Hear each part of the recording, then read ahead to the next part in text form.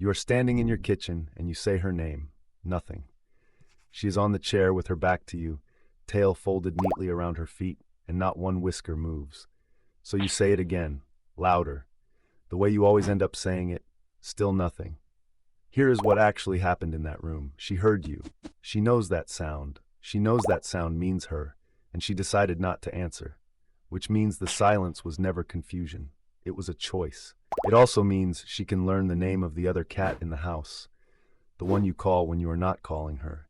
And it means the animal you thought was tuning out the world has been listening to all of it for years without ever once letting on.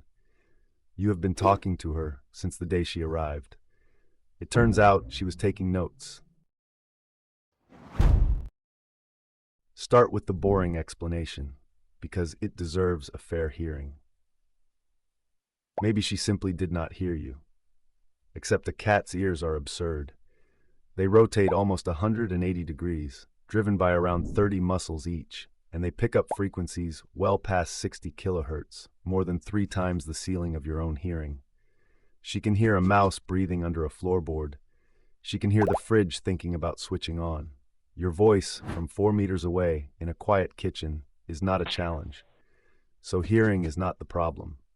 Which leaves a much harder question, and it is the question that stopped this research for decades. How do you test whether an animal knows something when that animal has absolutely no interest in showing you? Ask a dog its name, and the dog hands you the whole body. Ears, head, tail, 4 paws, a full-hearted arrival. Ask a cat, and you get, at most, 1 ear. So the researchers stopped waiting for the arrival. They started measuring the ear moves, head turns, tail flicks, a vocalization. Getting up. 5 levels of answer from a flicker to a whole cat, and for once the flicker counts. That single decision to treat 2 centimeters of ear as a reply is what finally let somebody ask a cat a question. In 2019, Atsuko Saito and her colleagues published the experiment in Scientific Reports. Saito works in Tokyo, and she had already spent years on the specific problem of cats and human voices.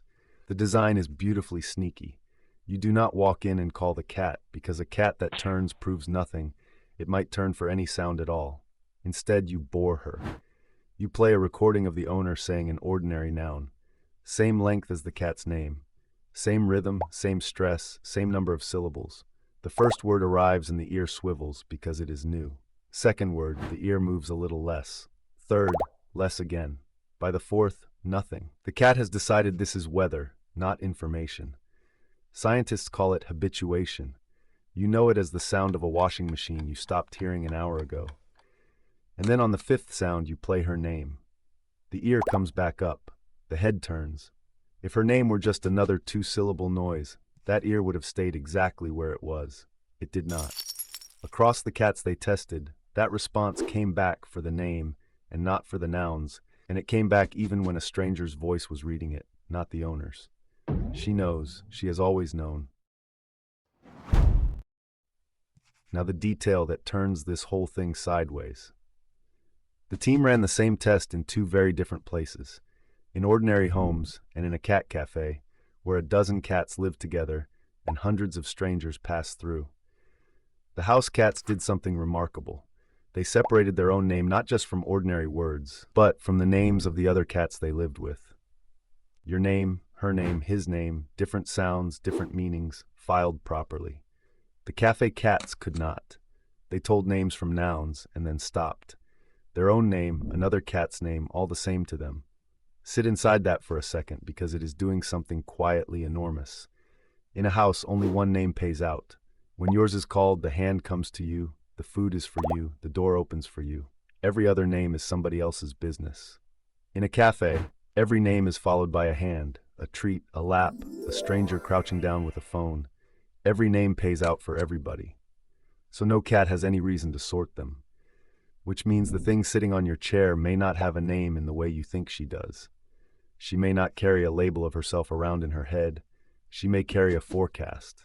This particular noise is usually followed by something happening to me.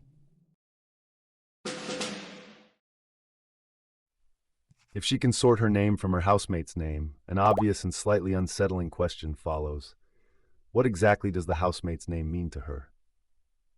In 2022, Saito's group went after it with a trick borrowed from infant psychology. Show a cat a screen with a familiar face on it. Play a recording of the owner calling a name. Sometimes the face and the name match. Sometimes they do not. Cats looked longer at the mismatch. Longer looking is the standard signal for a broken expectation. It is how we test babies who cannot talk. The cat stares because something is wrong. And for something to be wrong, she must have been expecting something in particular. A name went in, and a face came up. There is weaker, messier evidence pointing the same way for the humans in the house, that cats in bigger families and cats who have lived with people longer may be doing the same thing with your names. That part is not settled, and it should not be sold as settled. But the direction is unmistakable. She is not sitting in a fog of noise. She has a small, quiet index of who is who, and she has been updating it while pretending to be asleep. If the silent things animals do keep turning out to be this deliberate, stay around a while. This channel is mostly that.